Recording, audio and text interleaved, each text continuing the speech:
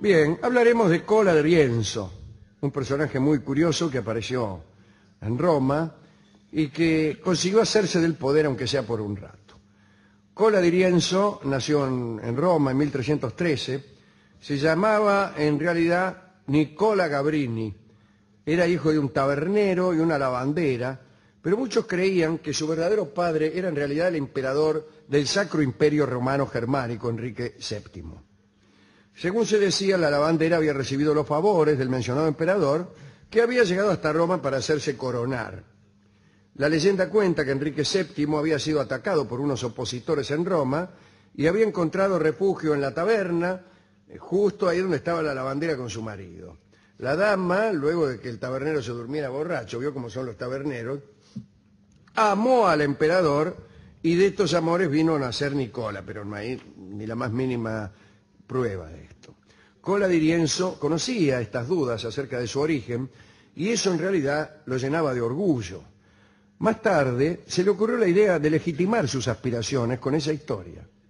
Dicen que Cola di Rienzo estaba loco y que esa locura tomó la forma que ahora explicaremos, porque quedó demasiado impresionado con la lectura de la historia romana. Cola di Rienzo quería resucitar los tiempos gloriosos de la República Romana con toda precisión y con todo anacronismo. Pretendía reproducir esos tiempos, mezclados tal vez con una dosis de cristianismo. El primer rasgo de ese intento fue andar vestido de toga e ir con una gran cruz.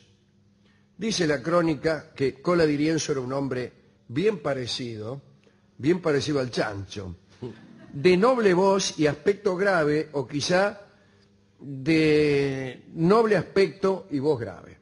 Es lo mismo. Pero que estaba dotado además de una gran elocuencia.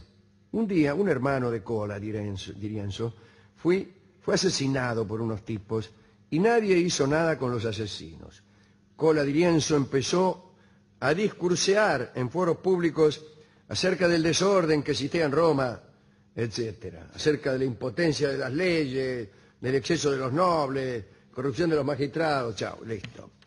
Muchos lo escucharon y lo aplaudieron. Y a partir de aquellas jornadas se convirtió en una especie de orador popular. Tenía un empleo modesto en la administración, pero el aumento de su prestigio hizo que en realidad se convirtiera en un representante del pueblo sin título ni función determinada. Cola di Rienzo empezó a dictar mandamientos al pueblo romano. Tuvo un adherente importante que fue nuestro amigo Petrarca. Petrarca lo había conocido durante uno de sus discursos en el pórtico de una iglesia y lo reconoció como el Salvador esperado y lo instruyó en su misión o en lo que él pensaba que era su misión, ¿no? Cola di Rienzo continuó con sus discursos, y ahora con la ayuda de Petrarca, contra el poder romano. Para esos tiempos no solo criticó, sino que pasó a la acción. Su popularidad era lo bastante grande como para que intentara derrocar un gobierno que además era detestado por el pueblo. Reunió entonces a sus partidarios más fervientes en el Aventino, un lugar en donde la asamblea de los jefes de barrio lo aclamó. 19 de mayo de 1347, Cola di Rienzo envió a sus heraldos, sus mensajeros, a advertir por todas partes que el pueblo debería reunirse en un sitio conocido como la pesquería. Muy bien. Y la muchedumbre se congregó allí y encontraron a Cola di Rienzo vestido de antiguo soldado romano y escoltado por las reliquias de San Jorge. Todos los asistentes siguieron viaje hacia el Capitolio. Allí hizo dar lectura de las leyes que había ideado y que los notables de Roma, sorprendidos y sobrepasados, tuvieron la debilidad de aprobar. Luego, Cola di Rienzo desfiló triunfante por las calles. En un momento una paloma voló por encima de su cabeza y se dijo que era el Espíritu Santo que daba la bienvenida al nuevo líder. Naturalmente, ¿qué otra cosa podría ser? Cola di Rienzo pensó que todo estaba permitido, ya que el Papa, que entonces estaba en Aviñón, y por lo tanto mal informado de lo que ocurría, había aprobado sus actos. Además, seguía el aliento de Petrarca, quien llegó a escribir de Cola di Rienzo que lo siguiente: yo doy fe como testigo ocular de que nos ha traído la justicia, la paz, la buena fe, la seguridad y todos los vestigios de la Edad de Oro. Todo eso escribió Petrarca, incluso en una carta que creo que le mandó al propio emperador del Sacro Imperio Romano. En favor del pueblo, el favor del pueblo había coronado a Cola di Rienzo como amo de Roma, y él pensaba convertirse en señor de Italia. Bautizó con la sangre de sus enemigos a sus familiares, arrasó con los castillos de las familias más importantes de Roma, envió embajadores portadores de coronas de plata a distintos lugares de Europa para que anunciaran la resurrección de Roma y su derecho a dirigir el mundo, imagínense. Pero esa primera incursión de Cola di Rienzo en el poder duró poco. Se levantaron contra Rienzo la familia Colonna, una de las familias más importantes de Roma, y la hueste del Papa. Ganaron en la lucha estos enemigos y obligaron a Rienzo a abandonar la ciudad. Se refugió en un convento, estuvo algunos años dedicado a la oración y a las privaciones. Cuando no estaba orando, se estaba privando. Pero un día, convencido por las profecías de un monje que casualmente le anunciaba un porvenir glorioso, Rienzo abandonó su refugio, se marchó a Praga y trató de convencer al emperador del Sacro Imperio, Carlos IV ya era en aquel entonces, de la conveniencia de emprender juntos la conquista del mundo. Dice: emperador, ¿qué le parece? Entre usted y yo podemos conquistar el mundo. Carlos IV no lo escuchó y entregó a Cola di Rienzo al Papa. El Papa lo encerró en una mazmorra de Aviñón, lo cargó de cadenas y lo dejó sin comida. A punto de morir de hambre, vino a salvarlo una súplica ¿de quién? De Petrarca, que no se había olvidado de su antiguo amigo. Petrarca suplicó al Papa, que era Clemente VI, y el Papa lo liberó. Rienzo pudo regresar a Roma, volvió a ganar seguidores, y fueron tantos que dio otro golpe. Se hizo del poder, era 1353. Arrastrado por su ambición, quiso de entrada ser sacro caballero y luego emperador. Había elegido como escudo de armas un sol de 7 rayos en cuyo extremo brillaba una estrella de plata. Para coronarse, se bañó en la fuente de Pórfido en la que San Silvestre había bautizado a Constantino. Sus extravagancias en el vestir en realidad lo desacreditaron. Usaba trajes blancos tramados de oro, mantos púrpuras y sombreros de perlas con la paloma simbólica del Espíritu Santo. Cualquier cosa le quedaba bien. Los monarcas que citaba ante él y a los que dictaba sus órdenes bajo la advocación del Espíritu Santo, consideraron que estaba completamente loco.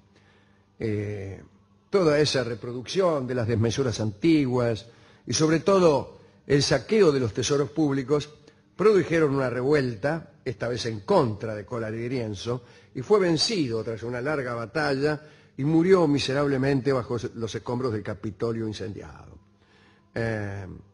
Estaba disfrazado de campesino para poder huir y ya estaba a punto de conseguirlo cuando se le vino el techo encima. Eso es una mala cosa. Cuando se le viene el techo encima, toda su habilidad política corre la suerte del techo, es decir, se desmorona.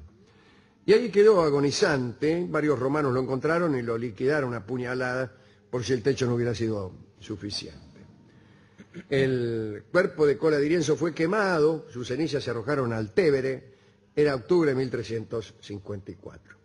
Yo le quiero decir que la primera ópera de Wagner se llama también así, se llama Rienzi, y está inspirada, no sé si está inspirada,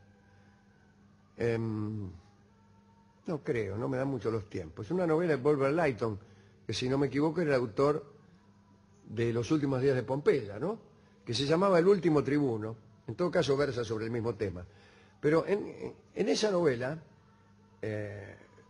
Cola di Rienzo es tratado como verdaderamente un defensor de la igualdad, de la democracia, de los pobres, etcétera. Y hay muchísimas cosas que no condicen con esta historia, lo cual le digo que entre el libretista de Cola di Rienzo, que fue el propio Wagner, y este informe, yo me quedaría con Wagner, pero no sé, hay muchas diferencias. En tal caso, Rienzi no era una obra parecida a las que después escribió Wagner, pero algo había ya. Algo había porque a mí me parece que los del Conservatorio de París, y aquel tipo que organizaba las óperas en París, que era Meyerbeer, quedaron un poco disconformes con esto. Él todavía era el director, siempre fue un muy buen director, Wagner. Todavía era director y fueron, creo que, los últimos trabajos que realizó en París. Esta ópera suya, la primera, llamada Rienzi. Es igual el final, y es muy tentador que se te venga el techo encima. Es muy espectacular para una obra de teatro con buenos presupuestos. Meyerbeer manejaba presupuestos extraordinarios. Le gustaban esas cosas, los grandes espectáculos. Techos que se venían, qué sé yo, caballos que entraban galopando, una carga de caballería en medio del escenario. Eso le gustaba a Meyerbeer. Y entonces me imagino que esta destrucción del Capitolio debe haber sido extraordinaria. Claro. Bueno, pero esto no tiene nada que ver. Bueno, pero ¿hay alguna música que quizás pueda Fuimos a la ilustrar discoteca. esto, ¿no? Fuimos a la ¿Y estaba el discoteca. discotecario? Mire que tiene el techo en muy malas condiciones. Sí, le esa gotea, discoteca. tiene humedad. Sí. Y en cualquier momento puede ocurrir lo que no quiero nombrar. Sí, el techo del discotecario está a punto. Y me dijo que no hay nada nuevo bajo el sol. Me dice que en todas partes pasa lo mismo. Me dijo, lo primero que me dijo es, en todas partes se cuecen habas.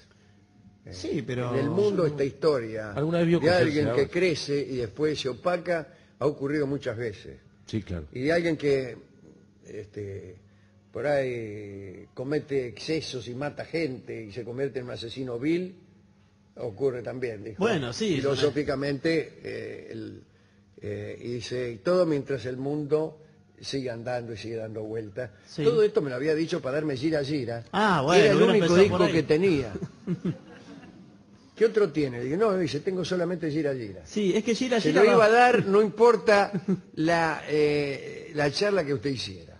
Es que va para todo. Podremos Da poner para todas todo, las porque noches. usted termina la charla como diciendo, y el mundo sigue andando. Y Jules dice, gira, gira, ¿no es cierto? No, Sí, yo hubiera digo dicho, yo. sus ojos cerrados, yo. No, pero usted tiene que comentar. Yo digo, por ejemplo, vamos a planearlo. Vamos. Y bueno, y el mundo sigue andando. Y gira.